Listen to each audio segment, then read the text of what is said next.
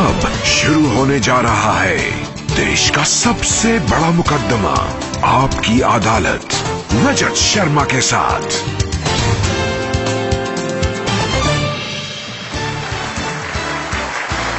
नमस्कार, आपकी अदालत में आपका स्वागत है।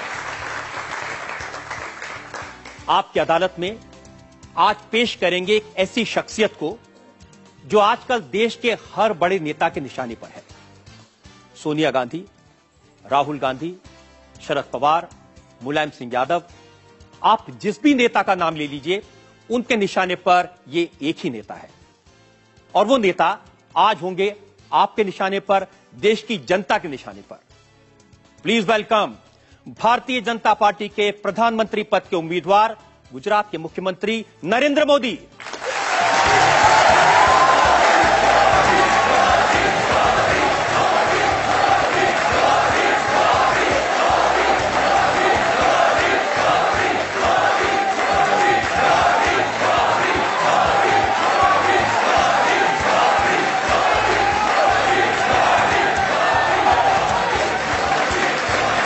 और नरेंद्र मोदी पर आज के इस खास मुकदमे के लिए हमारे जज हैं, जेएनयू के प्रोफेसर रह चुके विचारक, थिंकर डॉक्टर पुष्पेश पंत।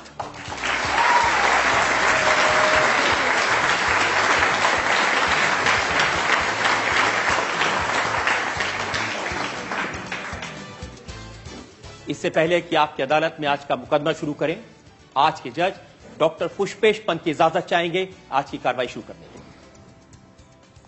कार्रवाई शुरू की जाए। और इससे पहले कि इल्जामात और सवालात का सिलसिला शुरू करें, एक नजर डालेंगे उस बैकग्राउंड पर, पृष्ठभूमि पर, जिसमें आज का यह खास मुकदमा चलाया जा रहा है भारतीय जनता पार्टी के प्रधानमंत्री पद के उम्मीदवार नरेंद्र मोदी पर।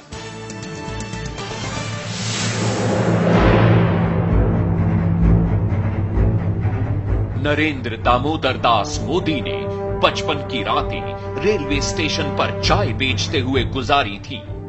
आज वही चाय वाला बीजेपी की तरफ से प्रधानमंत्री पद का उम्मीदवार है। एक जमाने में जो नरेंद्र मोदी घर छोड़कर हिमालय की गुफाओं में चला गया था, आज वही नरेंद्र मोदी हर सर्वे, हर ओपिनियन पोल में प्रधानमंत्री पद के सबसे लोकप्रिय दावेदार हैं। जिस नरेंद्र मोदी की आरएसएस में ट्रेनिंग पर्दे के पीछे रहकर काम करने की थी, वही नरेंद्र मोदी आज हर पोस्टर, हर पब्लिसिटी में, हर दीवार पर दिखाई देते हैं। मैं दीप नहीं बुझने दूंगा, मैं देश नहीं मिटने दूंगा। टीवी चैनल्स पर, सोशल मीडिया में, नेशनल प्रेस में नरेंद्र मोदी सबसे ज्यादा चर्चित व्यक्तित्व हैं। 2002 तक जिस व्यक्ति ने न चुनाव लड़ा, न किसी पद पर रहा, वही नरेंद्र मोदी जब गुजरात के मुख्यमंत्री बने तो 3 बार पार्टी को चुनाव जितवाया और अब अपनी पॉपुलैरिटी के दम पर लोकसभा चुनाव में फ्रंट रनर बने हुए हैं। जिस नरेंद्र मोदी को 2 वक्त का खाना जुटाने में दिन रात एक करना पड़ता था, वो नरेंद्र मोदी एक ब्रांड बन गए हैं। इस समय नरेंद्र मोदी देश के सबसे चर्चित और सबसे विवादित नेता हैं। आपकी अदालत में नरेंद्र मोदी अपना मुकदमा खुद लड़ेंगे। तो मुकदमा शुरू होता है। आपकी अदालत में पहला इल्जाम नरेंद्र मोदी पर। आपकी अदालत में बीजेपी के प्रधानमंत्री पद के उम्मीदवार नरेंद्र मोदी पर आरोप है कि इन्होंने पब्लिसिटी करके अपनी हवा बनाई है। मोदी जी, जो देश के बड़े बड़े नेता हैं, सोनिया जी, राहुल जी, चिदम्बरम जी, शरद पवार जी, सब परेशान हैं। जहां जाते हैं वो एक ही चीज उनको देखने को मिलती है, एक ही चीज सुनने को मिलती है, अब की बार मोदी सरकार।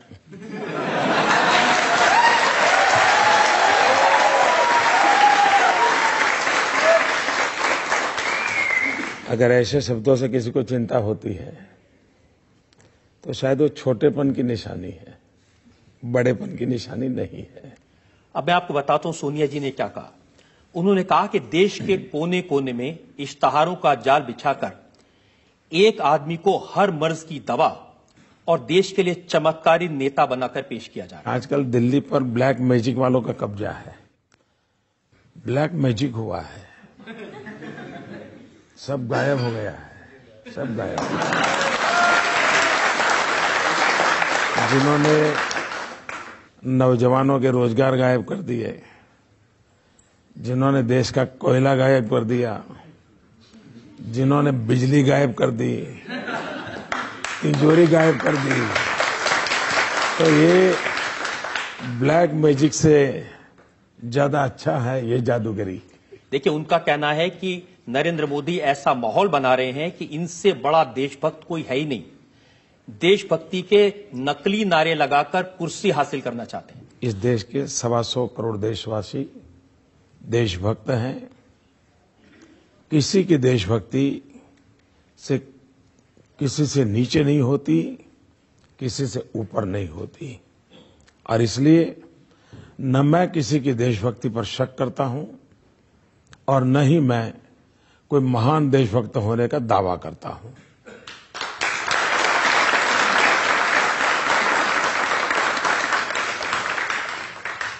राहुल गांधी का कहना है कि बीजेपी कहती है देश को एक चौकीदार चाहिए। मैं कहता हूं देश को करोड़ों चौकीदार चाहिए। एक चौकीदार से क्या होगा? अच्छा है कि मेरे भाषण वो ध्यान से सुनते हैं।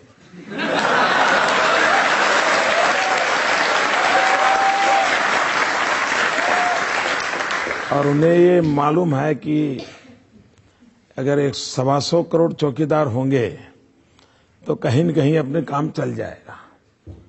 एक चौकीदार होगा तो बड़ा मुश्किल हो जाएगा, तो ये उनको मालूम है। और मुझे चिंता ये है कि जब 125 करोड़ चौकीदार होंगे तो जिन पर आदर्श घोटाले का आरोप है, करगिल की विधवाओं के मकान जिन्होंने ले लिए, क्या वे भी चौकीदार होंगे क्या? जिन पर आरोप है राजस्थान और हरियाणा के किसानों की जमीन हड़प ली, क्या वो भी ये 125 करोड़ में चौकीदार होंगे क्या? अगर ये है तो फिर तो लगता है ऐसा है कि वो दूध की रखवाली बिल्ली को दे देंगे। देखिए, आपके नारे में, आपके पब्लिसिटी में, प्रोपेगेंडा में एक ही व्यक्ति है और उनका नारा है हर हाथ शक्ति, हर हाथ तरक्की, सबको साथ लेके चलो। रियलिटी तो है हर हाथ लूट, हर होठ झूठ।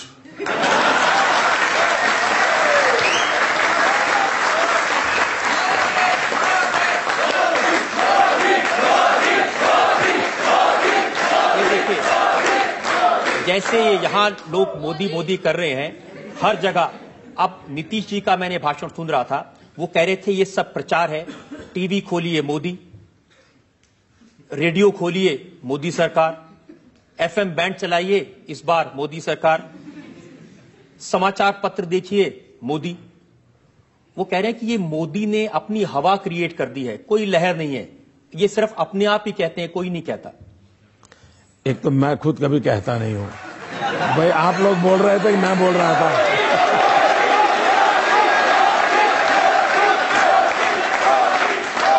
आपको किसी ने सिखाया है? आपको किसी ने बताया है? आप अपनी मर्जी से बोल रहे हो। आपको लगता है देश अपनी मर्जी से बोल रहा है? तो इसमें न मेरी सुनिए, न नीतीश कुमार की सुनिए, जनता की सुन लीजिए।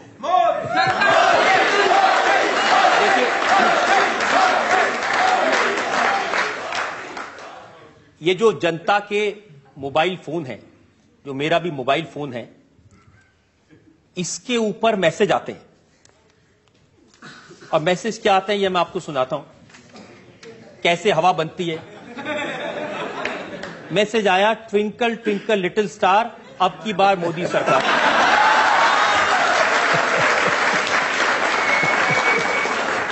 मैसेज आया, राहुल गांधी ने खाई चॉकलेट बार, अब की बार मोदी सरकार। फिर मैसेज आया, पराठों के साथ खाओ अचार, अब की बार मोदी सरकार। और फिर किसने कहा, दिल का भंवर करे पुकार, अब की बार मोदी सरकार। और फिर पॉलिटिकल भेजा किसी ने, सोनिया जी ने मनमोहन जी से कहा, अब तो अपना मौन तोड़ दो सरदार। मनमोहन जी बोल पड़े, अब की बार मोदी सरकार। और एक अभी थोड़ी देर पहले मैसेज आया है, भाइयों मत मारो चांटा बार बार, मैं भी कहता हूं।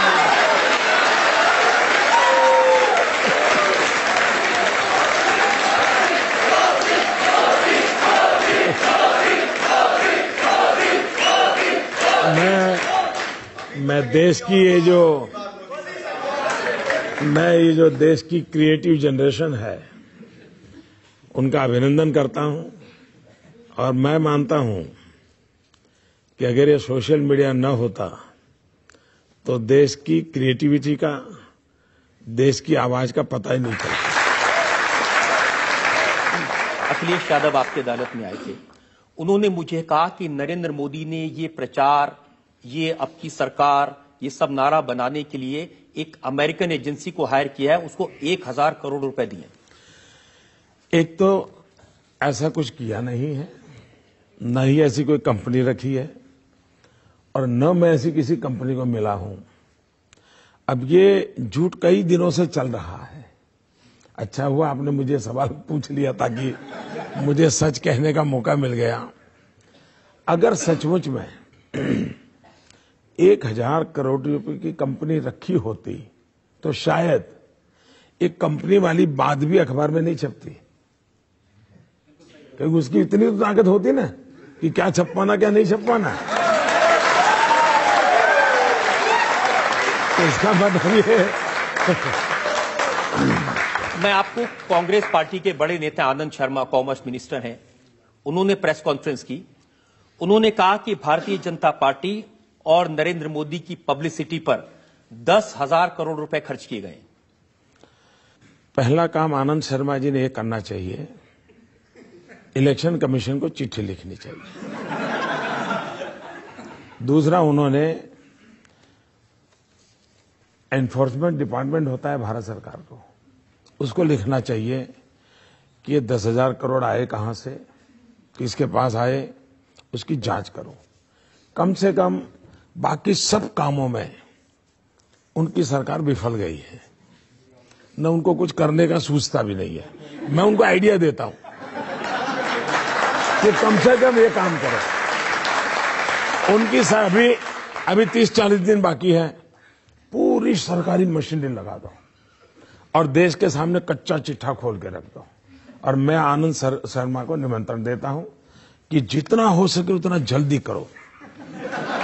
अच्छा, इलेक्शन कमीशन को आचार संहिता के कारण कोई रुकावट आती हो कि ऐसा कर सकते हैं, मैं इलेक्शन कमीशन को लिख करके देने को तैयार हो कि आनंद शर्मा और सोनिया जी की सरकार जितनी भी मोदी की जांच करनी है तो तत्काल कर ले, मुझे अच्छा लगेगा। लेकिन राहुल गांधी कहते हैं कि मोदी जी ऐसे आदमी हैं, ये गंजों को कंगा बेच सकते हैं। मैं चाय बेचता था, कंगे तो मैंने बेचे नहीं है, लेकिन मैं ये कर सकता हूं, ये इन तक पहुंच गया, ये तो मेरी सफलता है। ये मेरी सफलता है। देखिए, ये तो सच है कि 2009 में, जिसका जिक्र राहुल गांधी अपनी पब्लिक मीटिंग्स पे करते हैं, एक गुब्बारा भरा था इंडिया शाइनिंग का, बहुत हवा भर के उड़ाया, वो फूट गया। वो कह रहे हैं कि अब ये 2014 में एक नया गुब्बारा लेके आए हैं और उसमें बहुत हवा भरी है, धड़ाधड़ वो उसे कहते हैं, हवा भरते हैं। और उनका कहना है कि जब चुनाव के नतीजे आएंगे तो ये गुब्बारा भी फूटेगा। 2002 में भी जब गुजरात का चुनाव था, कांग्रेस के मित्र यही कह रहे थे। 2007 में गुजरात का चुनाव हुआ, कांग्रेस के मित्र यही कहते थे। 2012 में गुजरात का चुनाव हुआ, कांग्रेस के मित्र यही कहते थे, और गुब्बारा उनका फूट गया, देश जानता है। तो पहली बार गुजरात में उन्होंने मेरे साथ फ्रेंडली मैच की है, और वो प्राइमरी मैच में बुरी तरह पिट गए हैं। अब वो फाइनल में आए हैं, मैदान में जनता तय कर लेगी। देखिए, सोनिया जी का कमेंट मैंने देखा, वो पब्लिक मीटिंग में कह रही थी, ये ऐसे दिखा रहे हैं कि अब तक देश में कुछ हुआ ही नहीं और नरेंद्र मोदी आकर रातों रात कुछ कर देंगे। 21वीं सदी का ये पहला दशक, इतनी अच्छी अपॉर्चुनिटी थी देश को। अटल बिहारी वाजपेयी जी ने जहां छोड़ा था, पूरे विश्व को लगने लगा था कि अब हिंदुस्तान टेक ऑफ करेगा, देश आगे बढ़ेगा। ग्लोबलाइजेशन के इस युग में हिंदुस्तान एक ताकत के साथ खड़ा होगा, लेकिन अचानक टेक ऑफ करना छोड़ दीजिए, हम रनवे पर ही कोलैप्स कर गए और इसके कारण देश को गंभीर नुकसान हुआ है। और उस संदर्भ में हम कहते हैं कि जितनी संभावनाएं पड़ी थी, आप मुझे बताइए, आपने ऐसा कोई देश देखा है कि गेहूं विदेश भेजे और चपाती बाहर से मंगवाए? ऐसा कोई देखा है? हम आयरन और विदेश भेजते हैं और स्टील बाहर से मंगवाते हैं। अब इसको क्या कहेंगे? यह देश जिसके पास 20,000 मेगावाट बिजली के कारखाने बंद पड़े हैं, दूसरी तरफ कोयला की खदानें बंद पड़ी हैं। खदानें बंद क्यों पड़ी हैं? तो फाइल खो गई है। सुप्रीम कोर्ट में जाकर के दिल्ली सरकार कहती है फाइल खो गई है। अब मुझे लगता है उनके लिए फाइल खो गई है, देश के लिए लाइफ खो गई है। और इसके कारण अगर वो कोयला होता तो 20,000 मेगावाट बिजली के कारखाने चलते, बिजली मिलती तो छोटे मोटे उद्योग चलते, छोटे मोटे अगर उद्योग चलते तो नौजवानों को रोजगार मिलता, देश का जीडीपी आज जो गिर गया है वो नहीं गिरता। ये जब सारी बातें हम उठाते हैं तो उनके मन में सवाल उठा है। और देखिए, उनको प्रॉब्लम ये नहीं है कि उन्होंने काम किया कि नहीं किया, उनका प्रॉब्लम ये है कि हम 4-4 पीढ़ी से देश चलाते हैं, 60 साल से इस देश पर हमारा कब्जा है, और एक चाय वाला हमें ललकारता है, ये उनको सहन नहीं हो रहा है। ये लोकतंत्र है, छोटे से छोटा बच्चा भी शासक को सवाल पूछ सकता है। इनको सवाल सुनने की आदत नहीं है। परेशानी इस बात की है, परेशानी इस बात की है कि ये चाय वाला प्रधानमंत्री बनने की कोशिश कर रहा है। पहली बात है,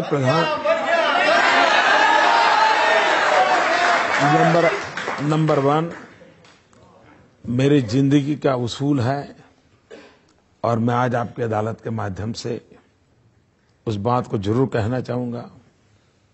मैं वो इंसान हूं जिसने इस मिनट तक कभी कुछ बनने का सपना नहीं देखा है, और मैं भी नौजवानों को कहता हूं, कभी भी बनने के सपने मत देखो। अगर सपना देखना है तो कुछ करने का देखो। मैंने कभी भी बनने का सपना नहीं देखा। मैं तो कभी मेरे गांव में अगर थोड़ी पढ़ाई करने का सौभाग्य मिला होता और स्कूल का टीचर भी बन जाता तो मेरी मां ने जरूर मिठाई बांटी होती। मैं तो उस बैकग्राउंड का हूं। ये तो लोकतंत्र है, 125 करोड़ देशवासियों के आशीर्वाद हैं जो व्यक्ति का भविष्य तय करते हैं। लोकतंत्र में कोई व्यक्ति अपनी डिजाइन नहीं बना सकता है, अपना भविष्य तय नहीं कर सकता है। और अभी भी मैं कहता हूं, इस पल भी करने के सपने बहुत है, बनने का सपना एक भी नहीं है।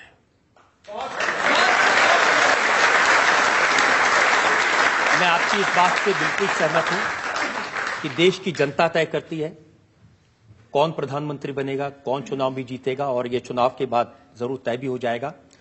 लेकिन मेरे पास इल्जामात की बहुत लंबी फहरिस्त है। एक ब्रेक के लिए रुकेंगे और ब्रेक के बाद आपकी अदालत में नरेंद्र मोदी पर जनता के इल्जामात और सवालात का पेपर। आजम खां का जो आज का बयान है वो आपको बताता हूं।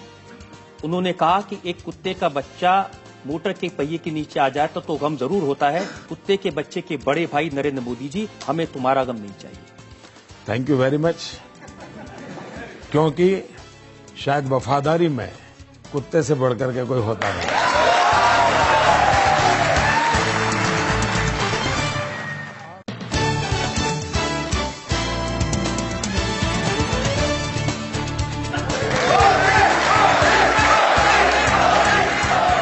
Welcome back. आपकी अदालत में आज हमारे मेहमान हैं भारतीय जनता पार्टी की तरफ से प्रधानमंत्री पद के उम्मीदवार गुजरात के मुख्यमंत्री नरेंद्र मोदी। आपकी अदालत में बीजेपी के प्रधानमंत्री पद के उम्मीदवार नरेंद्र मोदी पर इल्जाम है कि ये देश को बांटने की राजनीति करते हैं।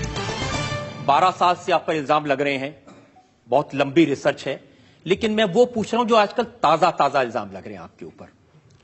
राहुल गांधी ने आज ही कहा नरेंद्र मोदी पीएम बनना चाहता है, इसके लिए वो कुछ भी करेगा, वो टुकड़े टुकड़े कर देगा, एक को दूसरे से लड़ा देगा। मैं समझता हूं ये टुकड़े टुकड़े वाला मामला है, ये उत्तर प्रदेश से लाए हैं वो, उन्हीं के पार्टी का ये एमपी का उम्मीदवार है। शायद ये टुकड़े टुकड़े वाला मामला उसी से उन्होंने तो कहा था, इमरान कुरैशी ने तो कहा था कि अगर नरेंद्र मोदी यूपी में आएंगे तो बोटी बोटी काट देंगे। हाँ, वो बोटी बोटी टुकड़े टुकड़े होता है। तो शायद वो उन्हीं के इन्फ्लुएंस में बोलते होंगे। कांग्रेस के इतिहास की तरफ देखें, अब देश को तय करना है कि उनके टैप रिकॉर्डर सुनने हैं कि उनका ट्रैक रिकॉर्ड देखना है। ट्रैक रिकॉर्ड क्या कहता है? इस देश में सबसे पहले शासन किसके हाथ में आया? कांग्रेस के हाथ में। भारत के टुकड़े किसने किए? उन्होंने किए। वंदे मातरम, उसके टुकड़े किसने किए? हमारे देश में जातिवाद का जहर किसने फैलाया? 1857 का स्वातंत्र संग्राम इस देश का हिंदू और मुसलमान कंधे से कंधा मिलाकर लड़ा था। देश आजाद होते ही ये तनाव, ये बिखराव किसने पैदा किया? और इसलिए जो पाप डिविजिव कांग्रेस है, इतना ही नहीं, वो इतने नीचे गए, देश को कैसे तोड़ा जाता है। जो 2 दिन से डिबेट चल रही है और मैं फौजियों की इंटरव्यू जब टीवी पे देख रहा था इन दिनों, उनकी पीड़ा में अनुभव करता था। भारत सरकार ने पहली बार फौज में ये पूछा कि आपके यहां हिंदू कितने हैं, मुसलमान कितने हैं। ये हमारा सद्भाग्य है कि फौज ने इनकार किया कि फौज में सब हिंदुस्तानी होते हैं या हिंदू और मुसलमान की गिनती नहीं होगी। मना कर दिया। ये जरा अपने गरिबान में देखें, डिविजिव पॉलिटिक्स कौन करता है, देश के टुकड़े कौन कर रहा है। हम तो, जब मैं गुजरात गया, पहली बार राजनीति में टर्मिनोलॉजी शुरू हुई है, जब तो काफी लोग उपयोग करते हैं। मैं गुजरात में एक ही भाषा बोलता था 2001-2 में जब गया। मेरे 5 करोड़ गुजराती, आज भी मुझे सुनते होंगे तो मैं 125 करोड़ हिंदुस्तानी वही से बोलता हूं। ये भाई, डिकना भाई, फलाना भाई, ये पूरी टर्मिनोलॉजी को खत्म करने का मैंने प्रयास किया है और धीरे धीरे हर एक राज्य के मुखिया अपने राज्य की पूरी पॉपुलेशन बोलते हैं। अब मैं आपको उदाहरण देता हूं। आपने कांग्रेस की काफी धुलाई कर दी। उमर अब्दुल्ला जो मुख्यमंत्री है जम्मू कश्मीर के, उनकी बात आपको बताता हूं और बड़ा उन्होंने गंभीर चार्ज लगाया। उन्होंने कहा कि नरेंद्र मोदी पंजाब गए, वहां सरदारों की दस्तार कबूल की, अरुणाचल प्रदेश गए, उनकी टोपी कबूल की, असम गए तो उनकी वेशभूषा कबूल की, लेकिन जब इमाम साहब ने टोपी पहनाने की कोशिश की तो लौटा दिया, इनकार कर दिया। मैंने अब तक गांधी जी को ऐसी कोई टोपी पहना हुआ देखा नहीं है। मैंने सरदार वल्लभ भाई पटेल को इस प्रकार की टोपी पहन करके फोटो निकाला हुआ कभी देखा नहीं है। मैंने पंडित नेहरू को भी कभी इस प्रकार की टोपी पहना हुआ देखा नहीं है। तो ये एक भारत की राजनीति में विकृति आई है, और विकृति आई है कि अपीजमेंट के लिए कुछ भी करो। मैं मानता हूं मेरा काम है सब संप्रदाय का सम्मान करना, सब परंपरा का सम्मान करना, पर मेरी जो परंपरा है उसको मुझे स्वीकार करना। मैं मेरी परंपराओं को लेकर के जीता हूं, हर एक की परंपरा का सम्मान करता हूं, और इसलिए मैं ये टोपी पहन करके फोटो निकाल करके लोगों की आंख में धूल झोंकने का पाप मैं नहीं कर सकता। लेकिन कोई अगर किसी की टोपी उछालता है तो उसको कड़ी की कड़ी सजा करने का मैं मन रखता हूं।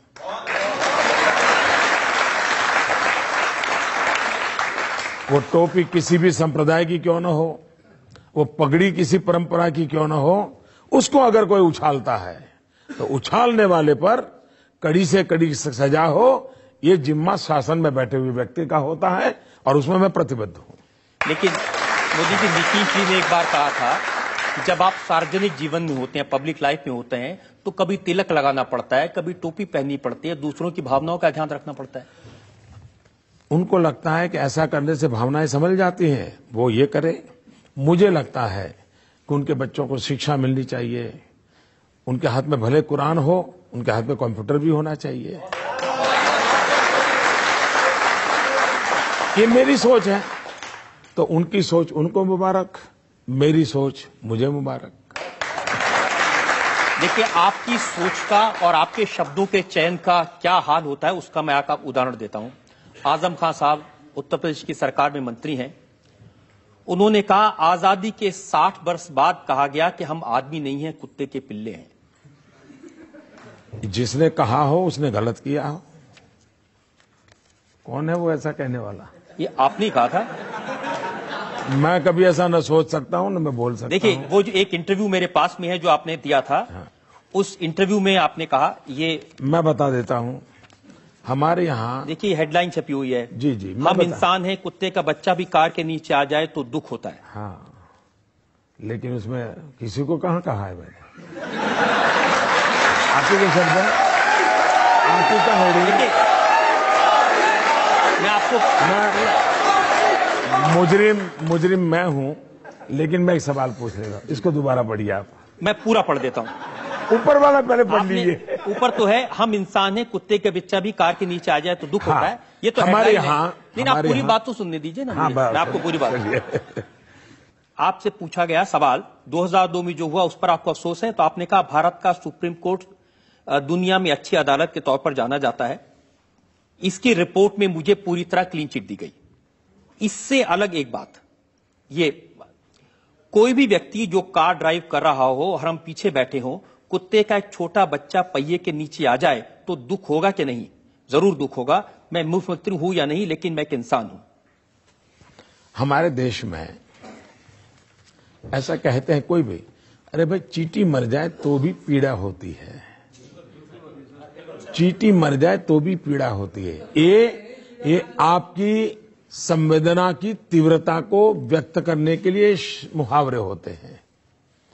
उसको अगर कोई ये कहे कि आपने इंसान को चींटी कह दिया, तो मैं समझता हूं इस प्रकार का इंटरप्रिटेशन करने वालों का प्रॉब्लम है। दूसरा, जिसने मेरा इंटरव्यू लिया था, जब हिंदुस्तान के कुछ मीडिया के मित्रों ने उसको उछाल दिया, जिसने इंटरव्यू लिया था वो विदेशी होने के बावजूद भी उसने ट्वीट किया कि मोदी ने न ऐसा कहा है, न हमने ऐसा समझा है, ये गलत इंटरप्रिटेशन हो रहा है। यानी इंटरव्यू लेने वाला एक फॉरेनर भी मेरी संवेदना को समझ पाया। लेकिन जो न्यूज ट्रेडर्स हैं, मैं मीडिया की बात नहीं कर रहा हूं। मीडिया तो बहुत अच्छा है, मीडिया की ताकत बहुत महत्वपूर्ण है, इसलिए मुझे मीडिया के खिलाफ कुछ नहीं कहना है। लेकिन जो न्यूज ट्रेडर्स है, इन न्यूज ट्रेडर के लिए माल बेचने के लिए काम आता है तो उपयोग करते हैं। लेकिन आजम खां का जो आज का बयान है वो आपको बताता हूं। उन्होंने कहा कि एक कुत्ते का बच्चा मोटर के पहिए के नीचे आ जाए तो गम जरूर होता है, हमें तुम्हारा गम नहीं चाहिए। बड़े भाई, कुत्ते के बच्चे के बड़े भाई नरेंद्र मोदी जी, हमें तुम्हारा गम नहीं चाहिए। थैंक यू वेरी मच, क्योंकि शायद वफादारी में कुत्ते से बढ़कर के कोई होता नहीं।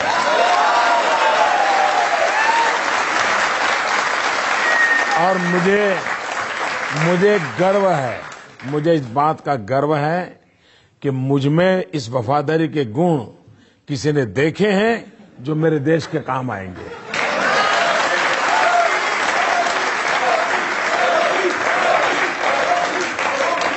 लेकिन एक सच ये है कि भारत के प्रधानमंत्री ने, मनमोहन सिंह जी ने, उन्होंने कहा कि अगर नरेंद्र मोदी देश का प्रधानमंत्री बन गया तो देश के लिए डिजास्टर्स होगा। शायद उनकी खुद की पार्टी ने फिर बाद में ये कहा कि प्रधानमंत्री जी ने ऐसा नहीं बोलना चाहिए था। उनके कैबिनेट मंत्रियों ने भी कहा कि प्रधानमंत्री ने ऐसा नहीं बोलना चाहिए था, और मैं समझता हूं उसके बाद उन्होंने बोलना बंद किया है। उन्होंने तो लोगों को याद दिलाया था कि अहमदाबाद की सड़कों पर कत्लेआम हुआ जिस आदमी के राज में, उसका अगर प्रधानमंत्री पद मिल गया तो देश के लिए नुकसान हो जाएगा। उनको ये भी याद रहना चाहिए था कि 2002 के सितंबर में अक्षरधाम पर हमला हुआ, मंदिर के अंदर दशकों लोग मारे गए, लेकिन गुजरात पूर्ण शांत रहा। उनको ये भी पता होना चाहिए कि गुजरात में सीरियस बम ब्लास्ट हुए थे, काफी लोग मारे गए थे, अस्पताल में लोग मारे गए थे, उसके बाद भी गुजरात शांत रहा। जहां गुजरात में क्रिकेट की मैच पर दंगे होते थे, जहां गुजरात में पतंग चगाने में दंगे होते थे, वो गुजरात आज 12 साल हो गया कर्फ्यू किस चीज को कहते हैं वहां के बच्चों को मालूम नहीं है। ये शांति, और आज गुजरात ने जो विकास किया है, प्रगति की है, उसका मूल कारण है गुजरात की शांति, गुजरात की एकता, गुजरात का भाईचारा, गुजरात की सद्भावना। वही हमारी सबसे बड़ी पूंजी है जिसके आधार पर गुजरात आगे बढ़ा है। देश भी अगर देश को आगे बढ़ना है तो शांति, एकता, भाईचारा, सद्भावना, इन गुणों को जितना हम बढ़ावा देंगे, देश को आगे बढ़ाने में एक बहुत बड़ा कैटलिक एजेंट का वो रोल प्ले करेगा। मैं आपकी ये बात मान लेता हूं और आपके विरोधी भी इस बात को मानते हैं कि 12 साल से गुजरात में दंगे नहीं हुए, लेकिन जब उत्तर प्रदेश के मुख्यमंत्री अखिलेश यादव आपकी अदालत में आए तो उन्होंने कहा कि मुजफ्फरनगर में जो दंगे हुए थे वो मोदी ने करवाए थे। मैं नहीं जानता हूं कि उनको रात को नींद आती है कि नहीं आती है, क्योंकि वो काफी परेशान है। अभी तो मैं 5-6 बार उत्तर प्रदेश गया हूं, तो उनकी मुसीबत मैं समझ सकता हूं, और इसलिए उनको दिन में भी मोदी याद आते हैं, रात में भी मोदी आते हैं। वो शेर की चर्चा करते हैं तब भी उनको मोदी याद आते हैं, वो लैपटॉप की चर्चा करते हैं तो भी उनको मोदी याद आते हैं, तब उनको वो हर जगह पे मोदी दिखते हैं, तो उनकी कठिनाई है। हम जनता से पूछते हैं जो लोग सवाल पूछना चाहते हैं, एक एक करके। हाँ। सर, मैं सर से जानना चाहती हूँ कि यदि सर की सरकार बनती है तो जो क्रिश्चियन भाई हैं हमारे, क्या उनको ये विश्वास दिला सकते हैं कि उनके चर्च तोड़े नहीं जाएंगे? ऐसा तो कभी हुआ नहीं, कभी सुना नहीं हमने। जलाए नहीं जाएंगे सर? ऐसा न सुना है न कभी हमने नहीं। वो एक आश्वासन चाहते हैं, शायद उनके मन में उनकी सेफ्टी का आश्वासन चाहते हैं सर। मैं आपको बताता हूँ, एक तो ऐसा मैंने कहीं सुना नहीं है, नंबर 1। नंबर 2, गुजरात के अंदर दुनिया की सबसे छोटी माइक्रो माइनॉरिटी है पारसी। उन पारसी का उदवाड़ा में तीर्थ क्षेत्र है।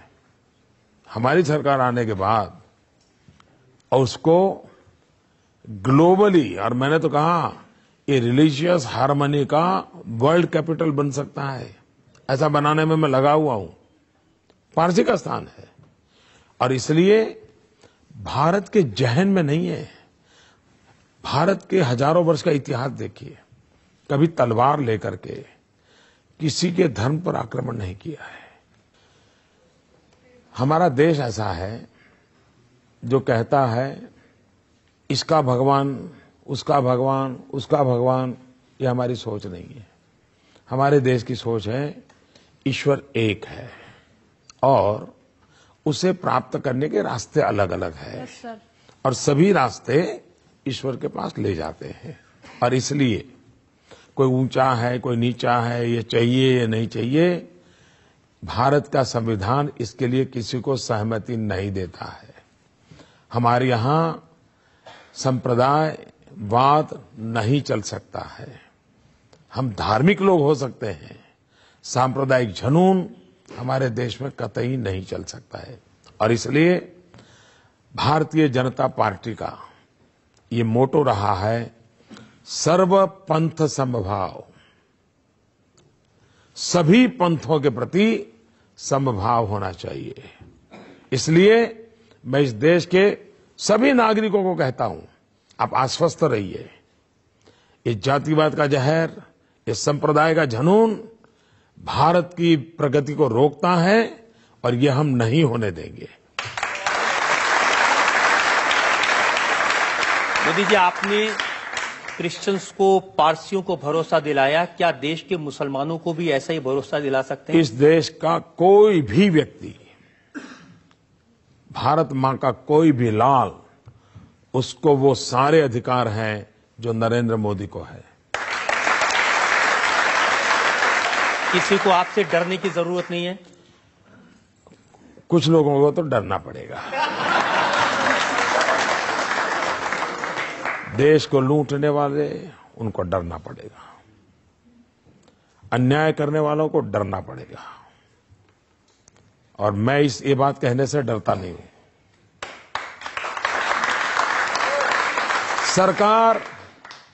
सरकार ऐसी नहीं हो सकती कि जिसमें जो मर्जी पड़े वो चले। कानून का राज होना चाहिए, लोगों को सुरक्षा का एहसास होना चाहिए, लोगों को अपने जीवन जीने का भरोसा होना चाहिए। ये नहीं है, यही तो मुसीबत है। और नहीं है उसका कारण है न कानून का डर है, न व्यवस्था का डर है, न अफसर का डर है। आपको घर में भी कुछ तो डिसिप्लिन रखनी पड़ती है, और डिसिप्लिन रखना गुनाह है तो भारत की भलाई के लिए वो गुनाह भी मुझे मंजूर है। एक और ब्रेक के लिए मुझे रुकना है, और ब्रेक के बाद आपकी अदालत में नरेंद्र मोदी पर इल्जाम और सवाल आपका। सबसे ज्यादा पावर में कौन रहा? सबसे ज्यादा जहर किसने चखा? सबसे ज्यादा जहर किसके पेट में है? तो जहर सबसे ज्यादा कौन उगलेगा? अब बताइए मैं क्या करूं?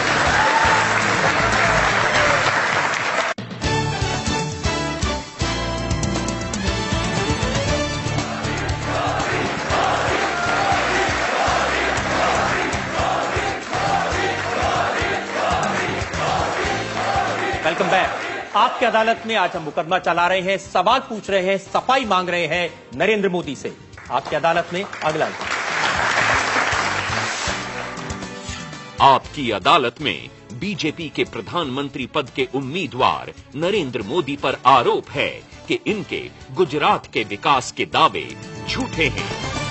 मोदी जी, बहुत चर्चा आजकल गुजरात के विकास की हो रही है। मुलायम सिंह यादव ने यह कहा कि वो नरेंद्र मोदी से जानना चाहते हैं कि यूपी की तरह क्या गुजरात में भी मुफ्त सिंचाई है, मुफ्त दवाई है, मुफ्त पढ़ाई है? ये उन्होंने आगे भी पूछना चाहिए था। मुफ्त में गुंडागिर्दी है, मुफ्त में निर्दोषों की हत्याएं हो रही है, ये भी बोल देना चाहिए था उन्होंने तो तब कहा जब आपने कहा कि सरकार चलाने के लिए 56 इंच का सीना चाहिए। मैंने उनको ये कहा था कि मुलायम सिंह जी ने ये कहा कि हम उत्तर प्रदेश को गुजरात नहीं होने देंगे। तो मैंने उनको कहा कि नेताजी,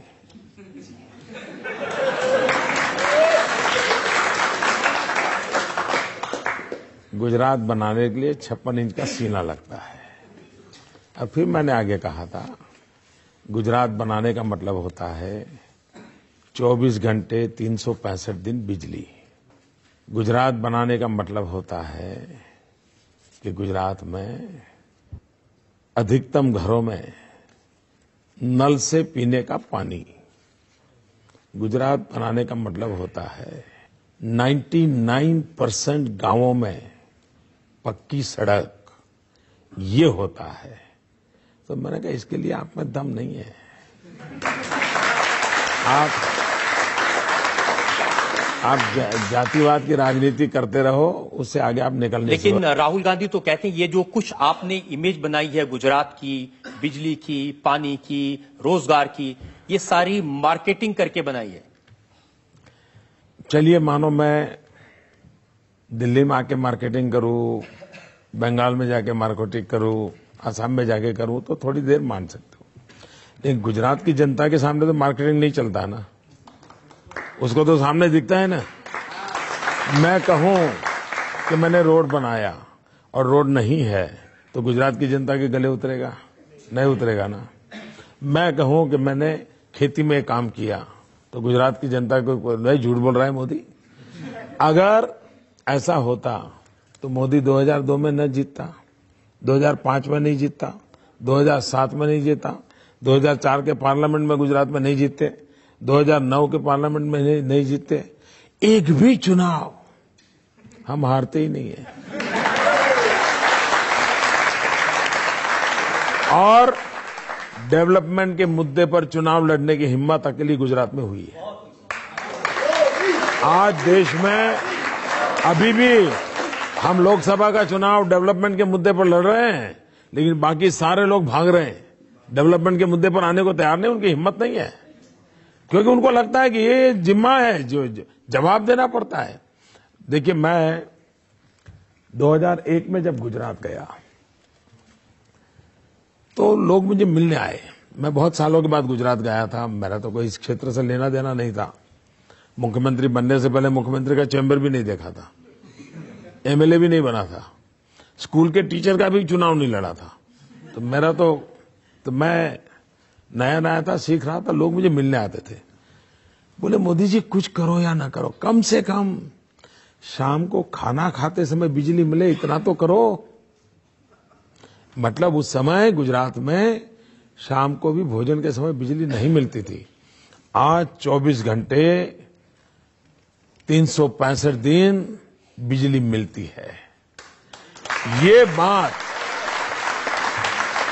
बात मार्केटिंग से नहीं होती है जी। उसके घर में स्विच ऑन करे और जब बल्ब जलता है तो फिर उसको लगता है हाँ यार मोदी सही बोल रहा है। लेकिन ये भी तो सच है कि गुजरात के प्रमोशन के लिए, मार्केटिंग के लिए आप अमिताभ बच्चन को ले आए। ये बात सही है। वो अमिताभ बच्चन जो कांग्रेस के साथ जुड़े थे, वो अमिताभ बच्चन जो समाजवादी पार्टी के साथ जुड़े थे। देखिए, मोदी में औरों में फर्क क्या है? फर्क यही है, वो मुलायम सिंह के बहुत निकट रहे, उत्तर प्रदेश के रहे, उत्तर प्रदेश के प्रति उनका प्रेम भी है। लेकिन मुलायम सिंह जी ने उनसे क्या काम लिया? उन्होंने काम लिया यूपी है दम, जुल्म है कम, ये किया। हाँ, उनकी गाड़ी चली नहीं। अमिताभ बच्चन का उपयोग क्या करना चाहिए, इसके लिए समझ चाहिए। मैंने क्या उपयोग किया? मैंने उनको गुजरात की बात बता, वो गुजरात सरकार की बात नहीं बताते, वो कच्छ के रेगिस्तान की बात बताते हैं, हैंडीक्राफ्ट की बात बताते हैं, वहां की जीवन शैली की बात बताते हैं। और ये सोच अगर मेरे पास है तो यही तो मेरा काम है कि अमिताभ बच्चन जी से भी, वरना मैं भी उनके बगल में तस्वीर निकलवा करके राजनीति कर लेता, लेकिन मैं वो नहीं करता हूं। मेरे गुजरात की भलाई के लिए अमिताभ बच्चन जी का जो उपयोग हो सकता है वो करना चाहिए। और अब तक पिछले 5-6 साल से मेरे साथ काम कर रहे हैं, कभी भी न उनकी तरफ से पॉलिटिकल बयान गुजरात का आया होगा, न मेरी तरफ से कभी उनका नाम पॉलिटिकल बयान में आया होगा।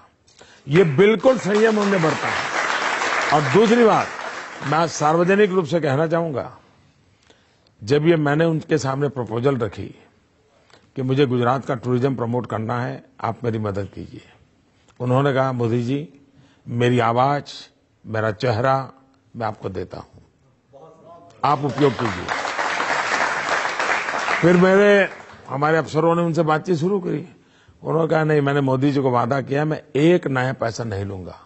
और आप जानते हैं एक नया पैसा लेते नहीं जी। गुजरात के टूरिज्म का काम जो अमिताभ जी कर रहे हैं, एक नया पैसा उन्होंने लिया नहीं है। और मैं इसके लिए उनका बहुत बहुत अभिनंदन करता हूं।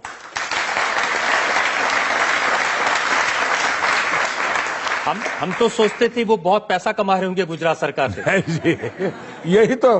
यही तो मैं, देखिए मैं पक्का अहमदाबादी हूं।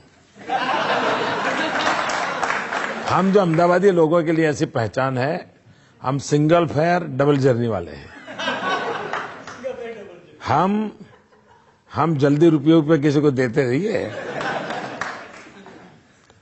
तो वैसे भी हमारा स्वभाव, और अमिताभ जी को लगा भाई मोदी जी की अगर नहीं देते हैं तो फिर ये बात बार बार क्यों आते हैं कि उद्योगपतियों को आपने सस्ती जमीन दे दी, टाटा को दे दिया, अडानी को दे दिया, अंबानी को दे दिया। मैं बताता हूं, ये सारे आरोप राजनीति से प्रेरित है। हमारे कांग्रेस के मित्र तो जैसे वो 10,000 करोड़ वाला लाए थे, इसमें भी कुछ आरोप लगाते हैं। मैं ये कहता हूं, ये भारत सरकार सोई हुई है क्या? क्या उसका जिम्मा नहीं है कि कोई मुख्यमंत्री ऐसी बदमाशी करता है उसको ठीक करे? कोई स्टेट ऐसी बदमाशी करता है, क्यों नहीं कर रही है? इसलिए इसका मतलब या तो उनमें ये भी दम नहीं है। दूसरा, गुजरात स्टेट के संबंध में सुप्रीम कोर्ट का एक बहुत बड़ा महत्वपूर्ण रिमार्क है। सुप्रीम कोर्ट ने कहा है कि जमीन देने के संबंध में और जमीन संपादन करने के संबंध में गुजरात की पॉलिसी इतनी उत्तम है, देश के अन्य राज्यों ने उस मॉडल को स्वीकार करना चाहिए। सुप्रीम कोर्ट का कहना है। तीसरी बात, ये जो झूठ चल रहा है ना, नैनो को जमीन दी, नैनो को 1 इंच जमीन सरकार ने नहीं दी है। 1 इंच जमीन किसान से लेकर के नहीं दी है। तो आरोप लग रहा है कि किसान से छीन करके दे दिया। वही अरे इनको कुछ मालूम ही नहीं जी, कुछ भी बोलते हो, वरना सुप्रीम कोर्ट तो मेरी बात क्यों मानती जी। दूसरी बात है, मार्केट रेट से ज्यादा पैसों से हमने जमीन दी है। और दूसरा, गुजरात स्टेट है जो पॉलिसी ड्रिवन स्टेट है, नीति बनी हुई है। आप भी कोई जाएंगे तो उसको भी वही लाभ मिलेगा जो हिंदुस्तान का सबसे बड़ा अमीर जाएगा उसको भी मिलेगा। लेकिन राहुल गांधी कहते हैं कि गुजरात की कोई बात इसलिए सामने नहीं आती क्योंकि वहां पर आरटीआई नहीं है। सबसे बड़ा अधिकार जो उन्होंने दिया देश की जनता को। ये जो दिन रात वो कहते रहते हमने ये कानून दिया, ये कानून दिया, ये कानून दिया, जरा ये तो जवाब दो कि आपका कानून कश्मीर में लागू होता है क्या? क्या आरटीआई एक्ट कश्मीर में लागू हुआ है क्या? एंटी करप्शन एक्ट कश्मीर में लागू हुआ है क्या? राइट टू एजुकेशन कश्मीर में लागू हुआ है क्या? जरा पहले अपने गरिबान में देखो, फिर औरों पर कीचड़ उड़ाओ। दूसरी बात है, गुजरात में आरटीआई है, गुजरात में आरटीआई के अंदर फुल फ्लेज काम चल रहा है, और गुजरात आरटीआई के खिलाफ अभी तक एक भी शिकायत आई नहीं। जो जातिकरण राजनीतिक है, इससे हम कब बाहर आएंगे? जब तक हम इसी में उलझे रहेंगे हमारा देश विकास नहीं कर सकता। जातिवाद का जहर ये समाज को तोड़ता है। किसी जाति का गौरव होना वो बुरी चीज नहीं है, वो कभी कभी ताकत देती है, लेकिन जातिवाद का जहर जो है, जो नफरत पैदा करता है, उससे किसी का भी भला नहीं होता है, और हमने देश को उससे बचाना होगा। लेकिन सोनिया जी तो कहती हैं आप जहर की खेती कर रहे हैं। देखिए, जयपुर के अंदर करीब जून जुलाई महीने में, लास्ट जून जुलाई में कांग्रेस पार्टी का अधिवेशन था। उसमें राहुल गांधी जी का राज्यारोहण होना था, उनको उपाध्यक्ष घोषित करना था, तो काफी पूरे देश में बड़ा माहौल बनाया गया था। उस दिन राहुल गांधी ने जो भाषण किया, आपके पास पुराने क्लिपिंग होगा तो दिखा देना बाद में, उसमें उन्होंने कहा कि मैं आज सुबह जल्दी जल्दी उठ करके मम्मी के कमरे में गया था, मम्मी की आंख में आंसू थे। और मम्मी ने कहा कि बेटा, पावर इज पॉइजन, सत्ता एक जहर होती है। ये उन्होंने पब्लिक को सुनाया था। अब मुझे बताइए भैया, सबसे ज्यादा पावर में कौन रहा? सबसे ज्यादा जहर किसने चखा? सबसे ज्यादा जहर किसके पेट में है? तो जहर सबसे ज्यादा कौन उगलेगा? अब बताइए मैं क्या करूं?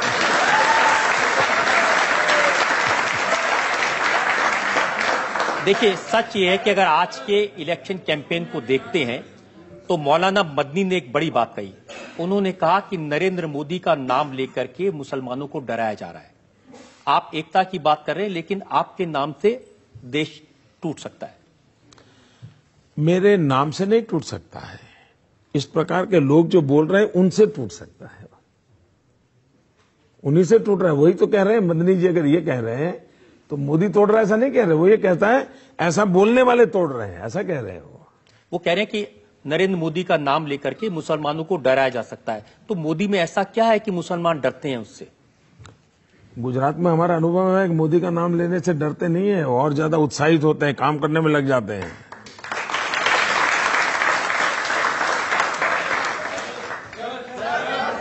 श्योर, बिल्कुल, सबको मौका दें, कोशिश करें। सर, मेरा क्वेश्चन ये है कि अमेरिका ने आपके ऊपर प्रतिबंध लगाया था, क्या आप प्रधानमंत्री बनने के बाद अमेरिका जाएंगे? 2005 में जब ये वीजा को लेकर के मेरे साथ जो कुछ भी हुआ, उस दिन मैंने प्रेस को मिला था मैं, और उस दिन मैंने स्टेटमेंट किया था। मैंने कहा कि हम ऐसा हिंदुस्तान बनाना चाहते हैं ताकि अमेरिका वीजा लेने के लिए लाइन में खड़ा रहे।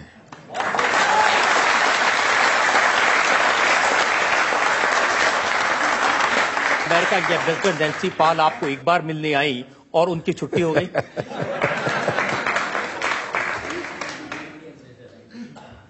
अब ये खोज का विषय है, शायद पत्रकार लोग जल्दी खोज पाएंगे।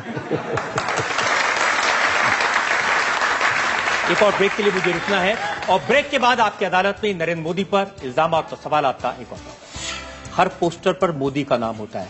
ऐसा लग रहा है कि भारतीय जनता पार्टी में कोई दूसरा नेता बचा ही नहीं है। हम एक टीम है, एक बहुत बड़ी टीम है। तो पिछले 6 महीने में अडवाणी जी 3 बार क्यों रूठ गए? और जसवंत सिंह, आपने उनको टिकट नहीं दिया। मुख्तार अब्बास नकवी ने ट्वीट किया, साबिर अली पार्टी में आए हैं, अब दाऊद इब्राहिम की एंट्री होगी।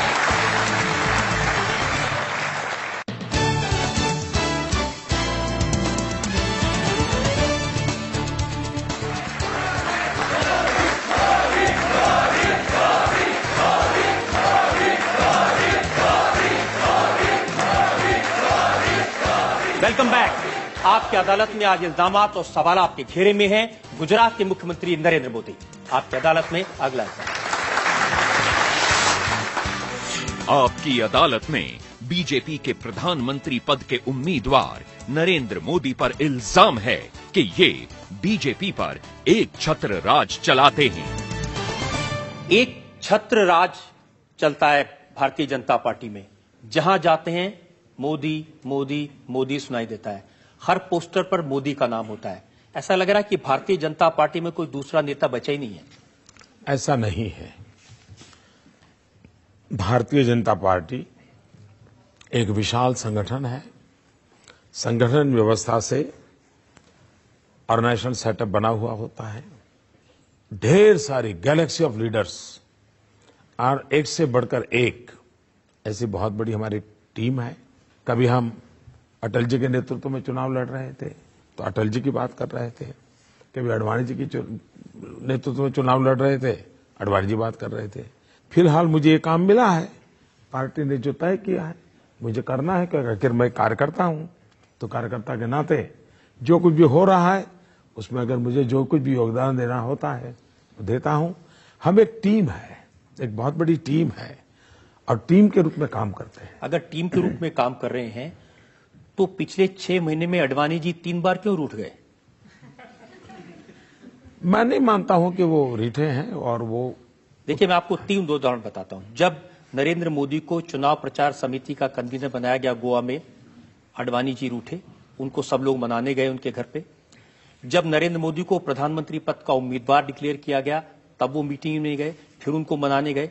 और अभी लोकसभा की टिकट जब डिसाइड हो रही थी, वो भोपाल से लड़ना चाहते थे, पार्टी अहमदाबाद से लड़ना चाहती थी। इन तीनों विषयों की क्लैरिफिकेशन आडवाणी जी की तरफ से भी आया है, पार्टी तरफ से आया है, और ये सारी काल्पनिक कथाएं रही है। क्योंकि जिस दिन गोवा में तय हुआ उसी दिन फोन पे मुझे उन्होंने आशीर्वाद दिए।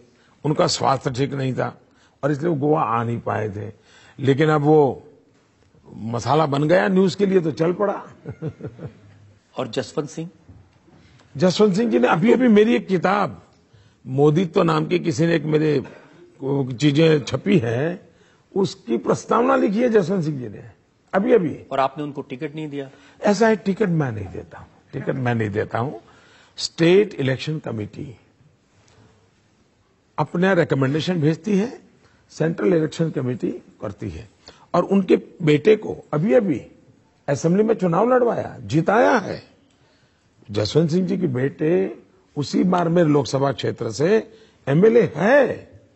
तो ऐसा नहीं है कि कोई उनके प्रति कोई नकारात्मक भाव था, लेकिन ये बात सही है। आखिरकार देखिए, भाजपा में लाखों कार्यकर्ता है, अब टिकट तो 500 लोगों को मिलने वाला है, तो थोड़ा बहुत तो राजी नाराजी की संभावना हर जगह पे ज्यादा हो रही है कि राहुल गांधी को भी चिंता है। आज ही का मैं उनका भाषण सुन रहा था, वो कह रहे थे कि बड़े बड़े नेता आडवाणी जी हैं, जसवंत सिंह जी थे, नरेंद्र मोदी ने सबको किनारे लगा दिया। पहली बात यह है कि जो लोग हैं वे वो लोग हैं जिन्होंने मोदी को उंगली पकड़ के चलाया है, और आज भी ये वो लोग हैं जिनके चरणों में बैठ करके मैं जीवन की बहुत कुछ शिक्षा दीक्षा लेता हूं। और इसलिए न उनको भारतीय जनता पार्टी के चरित्र का पता है, न भारतीय जनता पार्टी की कार्यशैली का पता है, लेकिन वो इसलिए ऐसा बोलते हैं क्योंकि उनके यहां सीताराम केसरी के साथ क्या हुआ था, उठा करके ऑफिस से बाहर फुटपाथ पर पटक दिया था। ऑल इंडिया कांग्रेस के प्रेसिडेंट थे, सोनिया जी को बिठाना था, तो उनके यहां ये हुआ है तो बचपन से उन्होंने यही देखा है, तो उनको बाहर का कुछ मालूम नहीं है ना। लेकिन अब वो कल्चर बीजेपी में नहीं आई। मुख्तार अब्बास नकवी ने ट्वीट किया, साबिर अली पार्टी में आए हैं, अब दाऊद इब्राहिम की एंट्री होगी। अब वो उन दोनों के बीच का मामला है, रहने दीजिए उनके पास। और पार्टी के बहुत सारे नेता ये कहते हैं कि नरेंद्र मोदी को पार्टी में जितना नहीं पसंद करते, बाहर वाले पसंद करते हैं। राज ठाकरे, आपका रिश्ता तो शिवसेना से, उद्धव ठाकरे से है, लेकिन राज ठाकरे कह रहे हैं मैं नरेंद्र मोदी को प्रधानमंत्री बनाऊंगा। पहली बात है कि इसका पहला पार्ट जो है वो आपका अनुमान सही नहीं है। आज भारतीय जनता पार्टी के मुझसे इतने श्रेष्ठ वरिष्ठ कार्यकर्ता हैं मेरी पार्टी में, मुझसे ज्यादा अनुभवी है, लेकिन उन्हीं लोगों ने मुझको अपने कंधे पर बिठाया है। मेरी पार्टी के लाखों कार्यकर्ता आज रात दिन देखे बिना इतना पसीना बहा रहे हैं। अगर मैं जो कुछ भी हूं तो उन पार्टी के लाखों कार्यकर्ताओं की बदौलत हूं। अगर आज मैं इतना ऊपर दिखता हूं तो मेरी पार्टी का जो शीर्ष नेतृत्व है उसने मुझे अपने कंधे पर बिठाया है, इसके कारण दिख रहा हूं। इसलिए मेरी पार्टी में कोई मेरे साथ नहीं है, ये मैं सोच भी नहीं सकता हूं। वो सब हैं, इसलिए तो मैं यहां दिख रहा हूं। अगर वो न होते तो मैं धरती पर भी कहीं नजर नहीं आता। तो रियलिटी ये है। दूसरी बात है, जब सारा देश अगर ये कुछ बातें कह रहा है तो और भी लोग कहते होंगे, और दलों के लोग भी कहते होंगे। कुमार विश्वास, मैंने सुना कि वो आपकी तारीफ में कविताएं पढ़ते रहे हैं और कहते हैं कि नरेंद्र मोदी मुझसे बात करते थे। ये बात सही है, मैं तो बात सबसे करता हूं जी। ज्यादातर लोग ये चलाते हैं कि मोदी किसी से बात नहीं करते, कम से कम वो सच तो बोला कि मैं बात करता हूं। लेकिन कांग्रेस में कम से कम ये क्राइसिस नहीं है, वहां तो तय है कि लीडर कौन है, किसकी कमांड चलेगी। और यही तो कांग्रेस की दुर्दशा का कारण है। देश की आरती उतारने के बजाय वो एक ही परिवार की आरती उतार रहे हैं, यही तो मुसीबत का कारण है। मनमोहन सिंह जी ने ये कहा कि Rahul Gandhi has outstanding credentials to become prime minister और मैं उनके नेतृत्व में काम करने को तैयार हूं। आपकी पार्टी में किसी बड़े नेता ने यह कहा कि मैं आपके नेतृत्व में काम करने को तैयार? इसका कारण है कि मैं कहता हूं कि मैं सबके नेतृत्व में काम कर रहा हूं। मैं यही तो कहता हूं ना कि सब मेरे नेता हैं, उनकी शिक्षा दीक्षा से मैं बढ़ रहा हूं और मैं इन्हीं के अंडर में काम करता हूं। लेकिन जिनके अंडर आप काम करने की बात कर रहे हैं, ऐसे ही मुरली मनोहर जोशी हैं, वो बनारस से लड़ना चाहते थे, आप पहुंच गए वहां। मुझे निमंत्रण दिया है जी, और उनको तो कानपुर की बहुत अच्छी सीट पर लड़ रहे हैं और मैं मानता हूं वो अपने जीवन में सर्वाधिक वोट से इस बार जीतने वाले हैं। सर, आप जब प्रधानमंत्री बनेंगे तो अडवाणी जी को आप प्रेसिडेंट बनाएंगे क्या? ऐसा है, अगर मोदी प्रधानमंत्री बनेगा तो उसका मतलब है कि अडवाणी जी ने उसको बनाया है। जो मुझे बनाते हैं उनको मैं क्या बनाऊंगा? मैं पूछना चाहती हूँ मोदी जी से, सभी पार्टीज ने अपने मैनिफेस्टो में रखा है कि हम महिलाओं की सुरक्षा के लिए काम करेंगे या उनको सुरक्षित देखेंगे, तो आप ऐसा क्या करेंगे कि हम लोग अपने आप को सुरक्षित समझें? आपको एक मेरी प्रार्थना है, अगर मौका मिले तो अक्टूबर में हमारे यहां नवरात्रि का पर्व होता है। एक बार गुजरात में नवरात्रि का पर्व देखने आइए और रात को 1-2 बजे ऐसे ही जरा टहलने के लिए निकलिए। आप देखेंगे जवान बेटियां पूरे गहनों से लदी हुई अकेली स्कूटी पर अंधेरी रात में जाती हुई मिलेगी। तो ये सब संभव है, सब संभव है। आज मुलायम सिंह यादव ने एक स्टेटमेंट दिया है पब्लिक मीटिंग में।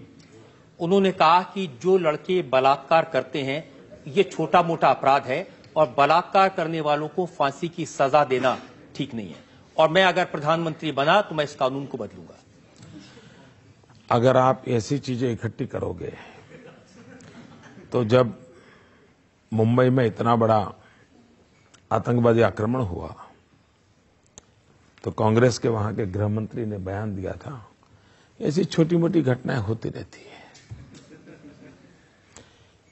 ये माइंडसेट है ना, वही देश के लिए बहुत बड़ा संकट है। हमें इन घटनाओं के लिए पीड़ा नहीं हो रही है। ठीक है, उसको सुधार करने में शायद समाज को शिक्षित करना, संस्कार, बहुत चीजें जरूरत लगेगी, लेकिन हम कैसे इनसेंसिटिव हो सकते हैं? पल भर के लिए सोचिए कि आप ही वो बालिका है जिस पर ये जुल्म हुआ है, तो क्या आप ये सोचेंगे कि छोटी मोटी घटना हो गई? एक बार सोच लीजिए आप खुद एक बालिका है, या ये सोच लीजिए आपकी अपनी बेटी है और उस पर जुल्म हुआ है, और तब आपका रूप देखिए आपको क्या विचार आता है। भारत की हर बेटी हमारी अपनी बेटी है। 21वीं सदी, सुशिक्षित समाज, और ये क्या हम सुन रहे हैं? ये मन को परेशान करने वाली चीजें हैं। और उसमें भी एक गांव पर एसिड छिड़कने का काम इन नेताओं की नासमझी से होती है, तब बहुत पीड़ा होती है। मैं इसका राजनीतिक जवाब देना नहीं चाहता हूं, मुझे बहुत पीड़ा होती है। मैं कोई पॉलिटिकल स्कोर नहीं चाहता इसमें। मैं भगवान से प्रार्थना करता हूं कम से कम ईश्वर हमें ऐसी बुद्धि न दे, ऐसी बुद्धि न दे। एक और ब्रेक के लिए रुकेंगे और ब्रेक के बाद आपकी अदालत में नरेंद्र मोदी पर जनता के इल्जामात और सवालात का हिस्सा।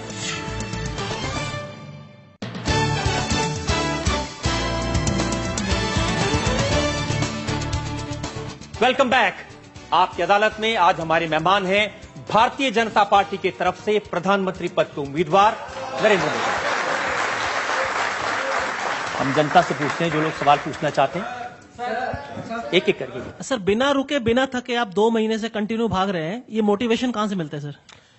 एक तो इसको मैं 15 सितंबर से शुरू किया था अभी चल रहा है अप्रैल जी, तो मेरे हिसाब से करीब 6-7 महीने हो गए जी।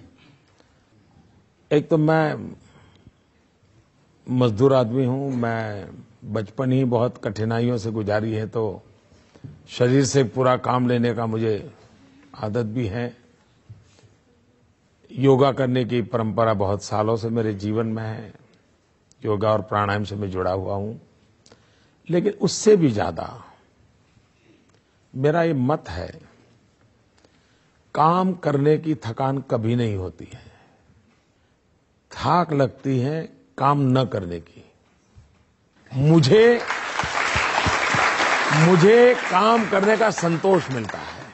और तीसरी बात है, जनता जनार्दन के आशीर्वाद, इतनी बड़ी ताकत होती है, वो आपको दौड़ाती रहती है। जनता का प्रेम आपको सोने नहीं देता है, लेकिन कमिटमेंट होना चाहिए।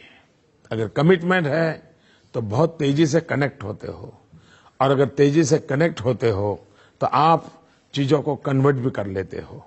और मुझे 125 करोड़ देशवासियों ने जो प्यार दिया है और जो पिछले 6 महीने में मैंने अनुभव किया है, शायद कोई परमात्मा की कृपा है,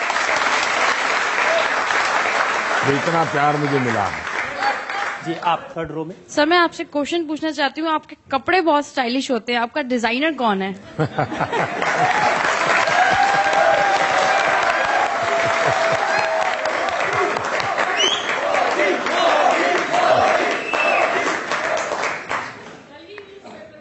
देखिए, ऐसा है कि मैं अब इस ऐसी जगह पे पहुंचा हूं तो भांति भांति की बातें होती हैं, लेकिन मैं रियलिटी बताऊं। मैं बहुत छोटी आयु में घर छोड़ दिया, तो एक छोटे से झोले में ही मेरा सामान रहता था। मैं करीब 40-45 साल से परिव्राजक के नाते घूम रहा हूं, और करीब 40 साल मैंने भिक्षा मांग करके खाया है। मैं लोगों के घर में भिक्षा मांग करके खाता था।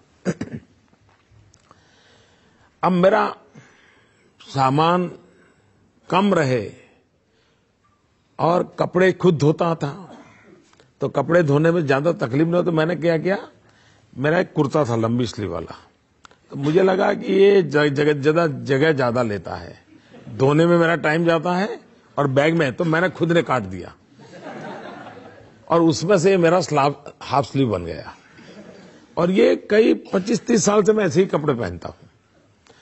दूसरी बात है, ये बात सही है कि मुझे ढंग से रहना, साफ सुथरा रहना, थोड़ी कलर कॉम्बिनेशन की ईश्वर ने कमाल दी है, तो मैं अपने तरीके से कर रहा हूं। लेकिन चूंकि परमात्मा ने मुझे कुछ दिया है, हर चीज में मैं ठीक फिट बैठ जाता हूं।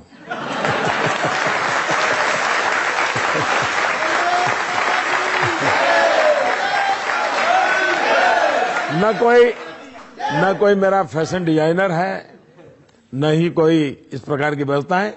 जरूर टेलर तो लगता है, तो टेलर के वो बनाता है और वही मेरी गाड़ी चलती है। लेकिन मुझे अच्छा लगा ये सुनकर के कि मैं कुछ ढंग से रहता हूं। कोई जानता नहीं था जी आपके जीवन के बारे में, अभी थोड़े दिन पहले पता चला आप स्टेशन पर चाय बेचते थे। ये बात सही है कि मैं खुद इन चीजों को ज्यादा बताता नहीं हूं। गुजरात में लोगों को काफी पता है, गुजरात में कोई नया नहीं है। लेकिन अब जरा गुजरात के बाहर मेरी बातें बहुत हो रही, तो फिर अपने आप, और आजकल तो मीडिया इतना वाइब्रेंट है कि हमारे जेब से अगर कोई चीज गिर भी जाए तो अखबार में तस्वीर आ जाती है। तो पता चला, फिर क्या हुआ कि एक दिन मैं यहां दिल्ली में आया था, शायद अक्टूबर महीने में यहाँ की रैली थी। उसी दिन कांग्रेस के लोगों ने बड़ी अनाप शनाप गालियां भी दी थी। मोदी तो अमेरिका का एजेंट है, टिकना है अमीरों के, वगैरह वगैरह। मुझे बड़ी पीड़ा हो रही थी, मुझे लगा ये इस प्रकार की भाषा है तो एक बार मुझे कहना पड़ेगा। मैं जीवन में पहली बार यहां दिल्ली में ही, वहां रोहिणी में जब मेरा एक रैली हुई थी, मैंने कहा मुझे क्या ये बोल रहे हो लोग, इन्हें पता है हम कौन है। मैंने कहा मैं बचपन में रेल के डिब्बे में चाय बेच करके बड़ा हुआ हूं और आप मुझ पर ऐसे इल्जाम लगाते हो, उसमें से एक बात निकल पड़ी। बाकी तो अब बहुत सी बातें होती है, हर चीजें कहाँ बताने जाएंगे। अब जैसे मैं बता देता हूं, बचपन में आप इतने शरारती थे कि तालाब में से मगरमच्छ का बच्चा उठा के घर ले आए। मैं शरारती कम, साहसिक ज्यादा था।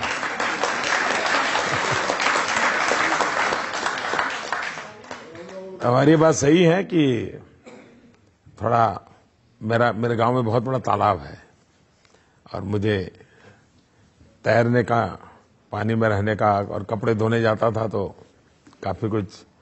तो एक दिन ले आया, फिर स्कूल ले गया तो हमारे टीचर वगैरह बड़े परेशान हो गए।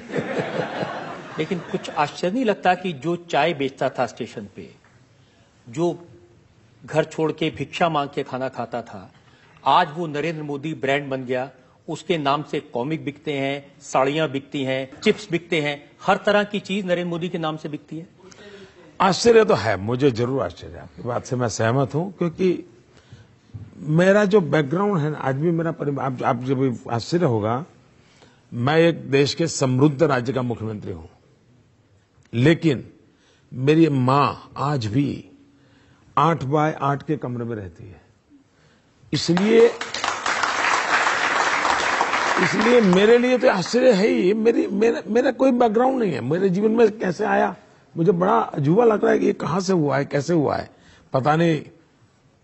जनता की क्या इच्छा है या नियति क्या क्या इच्छा है, मैं खुद ही सोच नहीं सकता हूं। और मुझे भी कोई अगर देश के लोग सुनते हैं, कोई गाइड करे कि ऐसा मेरे जीवन में कैसे आया होगा, तो मैं भी समझना चाहूंगा। 2002 के घटनाओं के बाद पूरा भारतीय मीडिया, विदेशी मीडिया, यहाँ के राजनीतिक दल आपके पीछे हंटर लेके पड़ गए। आपको शक्ति कहाँ से मिली ये सब सहन करने की? बहुत कठिन था ये दौर, शक्ति आपने कहाँ से? अगर आप सत्य के सहारे जीते हैं तो फिर जुल्म सहने की बहुत बड़ी ताकत मिल जाती है। और मैं सत्य के सहारे जिया हूं। जुल्म आज भी चल रहे हैं और शायद वो कठोर तपस्या थी, उसमें से मैं तप करके निकला हूं। इसी के कारण शायद 125 करोड़ देशवासी मुझे इतना प्यार कर रहे हैं। अगर मैं तपाया न होता, कठोर अग्नि परीक्षा से न निकला होता, तो शायद देश इतना प्यार मुझे नहीं करता। आप कह रहे हैं कि आपने सत्य के साथ रहे, शक्ति भी आप में थी, तो फिर आज आपकी अदालत में आपने इन घटनाओं पर बात की है, इसके पहले आपने बात क्यों नहीं की? पहली बात यह है कि मुझे जब जहां भी जिसने भी पूछा, मैंने हर सवाल का जवाब दिया, हर सवाल का। लेकिन मैं अनुभव करता हूं कि कुछ लोगों को सवाल का जवाब नहीं चाहिए, उन्हें तो वो जो चाहते हैं वो ही वाक्य चाहिए। और उनकी मुसीबत यह है कि वो इतना होमवर्क करके आते नहीं है, इसलिए फिर मेरे से ज्यादा सवाल करते नहीं है। वो तो एक ही बात चाहते हैं कि नरेंद्र मोदी माफी मांग लें।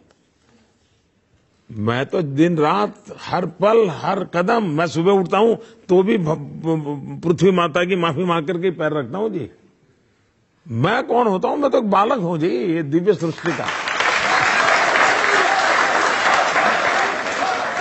मोदी जी, आज हमने आपसे हर तरह के सवाल पूछे, वो सवाल जो हमेशा लोग आपसे पूछना चाहते हैं, जनता आपसे पूछना चाहती है, और आपने हर सवाल का बड़ी बेबाकी से जवाब दिया, किसी को टालने की कोशिश नहीं की। हम एक ब्रेक के रुकेंगे और ब्रेक के बाद सुनेंगे आपकी अदालत में आज के जज डॉक्टर पुष्पेश पंत का फैसला आज के मुकदमे में।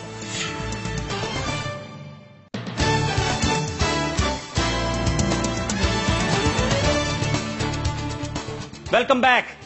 आपकी अदालत में आज हमने मुकदमा चलाया भारतीय जनता पार्टी की तरफ से प्रधानमंत्री पद के उम्मीदवार नरेंद्र मोदी पर। हमने नरेंद्र मोदी से इलेक्शन कैंपेन के दौरान लग रहे हर इल्जाम पर सफाई मांगी। अब वक्त है आपकी अदालत में आज के जज, जाने माने विचारक, लेखक डॉक्टर पुष्पेश पंत के फैसले का। आज इस अदालत में जो मुकदमा चलाया गया वो कई मामलों में असाधारण है। इस देश में ऐसा तो हुआ है कि कि जो कुर्सी पे बैठे हुए प्रधानमंत्री हैं वो दैत्याकार भ्रष्टाचारों के आरोप में कटघरे में खड़े किए जाते रहे हैं। मगर ये शायद पहली बार हो रहा है कि जो प्रधानमंत्री पद का दावेदार मात्र भर है उसे भावी प्रधानमंत्री मानकर शपथ ग्रहण करने के पहले ही इस कटघरे में खड़ा कर दिया गया है। दूसरी अहम बात जो ध्यान देने लायक है और अदालत उसे रेखांकित करना चाहती है कि पिछले 12 साल से ये अभियुक्त निरंतर अदालतों के कटघरे में खड़ा किया जाता रहा है, मीडिया के कटघरे में खड़ा किया जाता रहा है और कोई भी विपक्षियों की सरकार होते हुए, जांच के सारे साधन उनके पास होते हुए 10-12 वर्षों में गुनाहगार साबित नहीं किया जा सका है। तीसरी बात जो कानून के राज के साथ जुड़ी है, इस देश की सर्वोच्च न्यायालय की निगरानी में सीधे काम कर रही स्पेशल इन्वेस्टिगेटिंग टीम ने सबूतों के अभाव में उन्हें मुजरिम नहीं पाया है। इस सब के बावजूद कानून के एक बुनियादी सिद्धांत की अवहेलना करते हुए कि बार बार एक ही मुकदमे में बरी किए जाने के बाद किसी व्यक्ति पर बार बार मुकदमा कायम नहीं किया जा सकता, ये काम आज भी जारी है। जितने आरोप इस अदालत में आज नरेंद्र मोदी पर लगाए गए, उन्होंने कटघरे में बैठे वाणी का संयम गंवाए बिना उन सभी का काफी असरदार तरीके से जवाब दिया, अपनी सफाई पेश की और अदालत सबूतों के अभाव में उन्हें अपराधी नहीं समझती। पर यह अदालत अपना कर्तव्य समझती है कि मोदी जी को सतर्क करे कि आने वाले 5 वर्षों में भी या शायद उसके बाद भी वो लगातार बार बार कटघरे में खड़े किए जाते रहेंगे, क्योंकि इस देश की 1.25 अरब जनता अपने प्रधानमंत्री से ये कड़ी पड़ताल पूछताछ करती रहेगी कि उनके सपनों को साकार करने के लिए चुनाव अभियान के दौरान जो वादे उन्होंने किए हैं उन्हें वो कैसे पूरा करते हैं।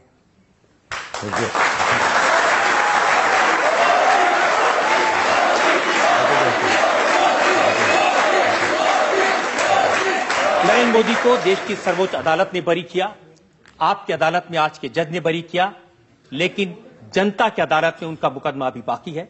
देश भर में लोकसभा का चुनाव है, असली फैसला जनता जनार्दन को करना है। आप मालिक हैं इस देश के, आपको तय करना है कि नरेंद्र मोदी की बातों में कितनी सच्चाई है।